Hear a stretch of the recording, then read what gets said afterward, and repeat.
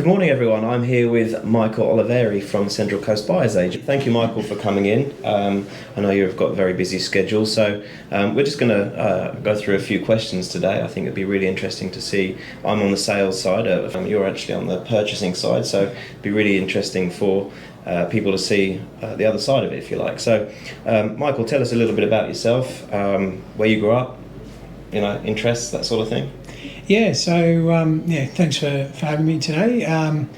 Bit about me, I grew up here on the coast. I come from sort of quite a humble beginning. My father was and still is a farmer, so I grew up on a farm and took a lot of learnings from that around my sort of upbringing, personal life and my personality traits and things like that. So grew up, been born and bred here on the coast, so very passionate about the area and coasty through and through. Yeah, pretty much. So,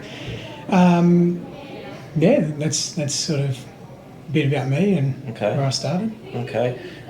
What got you into being a buyer's agent rather than maybe a selling agent like myself? Yeah. So, look, property was something I discovered in my teens as a way of building wealth, and so I went and studied a property degree after uni and then worked in commercial property for a while.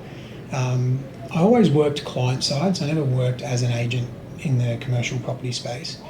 But throughout my career I was building my own portfolio and I was buying property, and I just found this passion for buying property, and I eventually reached a limit where I financially couldn't buy any more property. And so I helped some family and friends purchase some property, and I love this and I want to continue doing it. So how else can I keep buying property? So that's what with other people's money. With other people's money, obviously. So that's sort of how I became a buyer's agent. And it wasn't necessarily that I didn't want to be a sales agent. It was just I found a true passion in purchasing property. So yeah. So you've sort of answered my next question, really. What drives you? So you like buying property for other people. You started from your family members and so on. So what drives you to succeed? Yeah. So look, personally, what drives me is family and financial freedom. Yeah. So those two things are sort of my two main drivers in my personal life to achieve success. Professionally, what drives me is the sense of achievement and fulfillment that I get from helping my clients purchase property and achieve their property goals. Yeah. Okay. Yeah. Just on that, have you got an example of any recent successes? Anything, an unusual case study? I think each property transaction is unique. They've all got something different. Each vendor, each purchaser has their own unique requirements, wants and needs. So I don't think any sort of particularly stand out as unusual, but I think every purchase or every property transaction I see as being successful has an element of success, but also think each transaction has an element of learning, something we can take away from it. Yeah. And every deal I do, I review and I try and look for things that I can improve next time and become more efficient at. Not to say that the deal was bad or a failure, but it's more always about learning and trying to further improve and develop my craft. I see. Okay.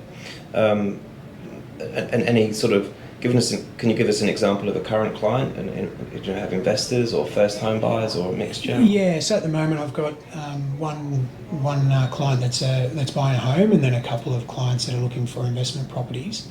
I think the uniqueness of the client that I'm looking to buy a home for is something that we'll start to see a lot more. So basically it's a mother and a daughter who are looking to purchase a property together, and so they're looking for a dual living setup.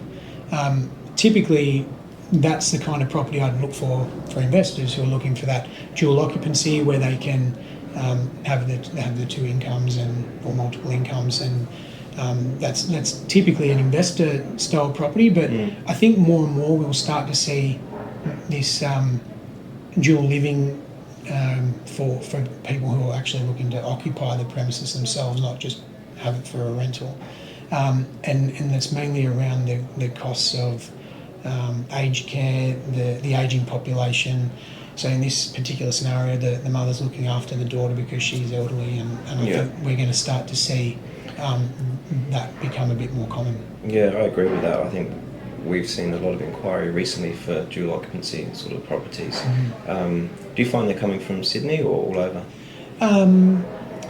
Mainly from Sydney, but I think locally that will start to happen as well. And I think the biggest change will be, or the biggest shift will be in that the type of property we're looking for in those dual occupancy setups. It's not necessarily a separate detached granny flat, but we're also going to see a high demand for better quality properties in that space, because people are going to want to live in them and occupy them themselves. Yeah, well, we are seeing a lot of families coming together, aren't we? Okay, and here's an interesting question for you. Do you have any relationships with other buyers agents? I know there's a few on the coast here, but also there's quite a lot in Sydney. So do you have relationships with any? Yeah, of course. So I think the buyers agency space, because it's still quite new, and there's not a great deal of us in the country. It's still quite. It's collaborative. I've got quite a few relationships with other buyers agents, mainly because we all cover our own patch, and we're obviously limited with the number of clients we can work with at any one time as well. So it's a bit of an abundance mindset, but also we try and support each other where we've got clients that if a client comes to me and wants to buy a property in a particular area that I don't service, then I still want to be able to help them, and so I might pass them to another buyer's agent that looks after that area. I suppose that's similar to us really in sales. Like we've got agents all over the country, and just last week I passed a referral down to one of our agents in Neutral Bay area, and I got a referral this week for an acreage in Kulnura. Yeah, so it's the same thing, isn't it? Like, I think it's just that collaboration. Yeah. If we all sort of work together and focus on our niche, the client ends up getting the best result. Yeah, absolutely. Okay. Sorry, I looked off my questions. Obviously, you're a very busy person, Michael. You've got 5 children, is that right? That's right. Lovely wife. I know you're a gym junkie. What other hobbies and activities do you do? I wouldn't say I'm a gym junkie, Paul, but no. Look, I do love riding motorbikes. I grew up riding motorbikes on the farm, so that's something I enjoy doing, and I've got the kids into. Yeah. Obviously, having lots of kids, we do a lot of cooking, so I do enjoy making fresh pasta. It's a passion of mine and something I really enjoy, because I get to create it with my hands and watch my family and friends enjoy that. My wife and I have been lucky enough to sample that, and I can attest to Michael's skills. Yeah, so I've been working on that craft for a number of years now, and I wouldn't say I'm an expert, but I give it my best. So you're going to go on my kitchen rules soon? No, I'm not. I'm happy to stay out of the limelight as much as I can. But yeah, in terms of other interests or things, another sort of part of me personally, and also as part of the business, a path I've been going down the last 12 or 18 months now is I've partnered with Coast Shelter here on the coast. So trying to be, trying to give back to the community, and I've been very fortunate in my life and have done well. So I'm trying to basically pay that forward, and so every week I volunteer in the community centre there, and I've also taken on a role as volunteer ambassador. So basically that involves me speaking to people about what it's like to be a volunteer, and also how they can become a volunteer and ways that they can get involved, and it's very fulfilling. It is, and rewarding, and it's a great charity, the Coast Shelter, too, isn't it? Yeah, it's a fantastic organisation. They support many people here on the coast, yeah, I'm happy to do whatever I can to pitch in and help out. And yeah, the sleep out event last year was really Great. awesome, and yeah, I'll be doing that again this year. Yeah, so will we. We'll bring our CEO up as well again. I know he enjoyed it. Yeah. Thank you, Michael.